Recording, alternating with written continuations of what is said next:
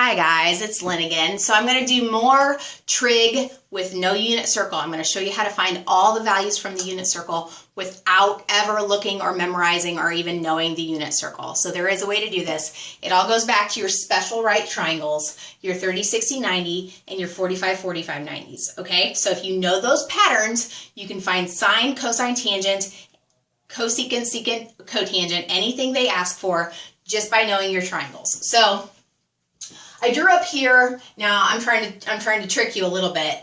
This angle, it says pi over 4. Now I'm switching to radian mode. So I want you to get kind of comfortable with radian mode, knowing that pi over 4 will always just equal 45 degrees. Okay, every single time.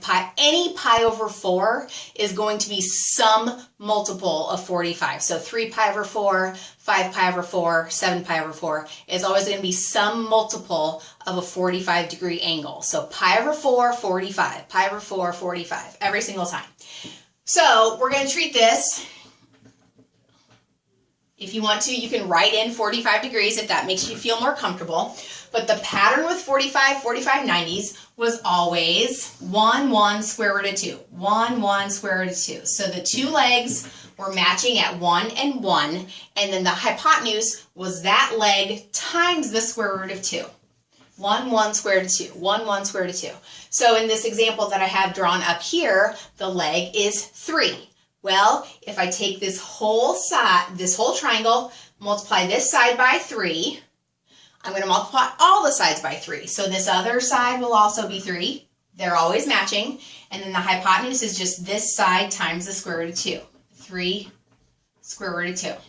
So they're your three sides. And remember, you can do anything you need to do in trig as long as you have the three sides. So let's talk about trig functions. Sine of pi over 4 is going to be opposite over hypotenuse. If we're talking about this angle again, this is the angle we're focusing on. Not that it would matter, but opposite over hypotenuse will be 3 over 3 root 2. Now, canceling, that's 1 over the square root of 2, and then also rationalizing, that's going to be root 2 over 2. That, the sine of pi over 4, is what you're going to find on the unit circle, root 2 over 2. That's how they got it, okay? So keep that in mind. Now cosine pi over 4, adjacent over hypotenuse, 3 over 3 root 2. Can I skip some steps here? That's going to reduce to 1 over root 2. I guess I'm not really skipping any.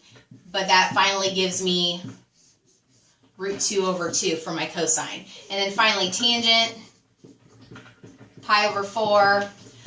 Opposite over adjacent is 3 over 3, which equals 1. So the tangent of pi over 4, or 45 degrees, is just 1. Now you can take that and just do all the reciprocals, and you will get the partner functions. So sine goes with cosecant, pi over 4. I'm going to go back to here and take the reciprocal just because it's easier. If I take the reciprocal here, I just have a straight up square root of 2, which means I don't have to rationalize it at all. So that's just kind of a shortcut. Reciprocal of cosine is secant. And that, again, same thing, will be the square root of 2 because it's the reciprocal of this guy right here. And then finally, cotangent is reciprocal of 1 is just 1.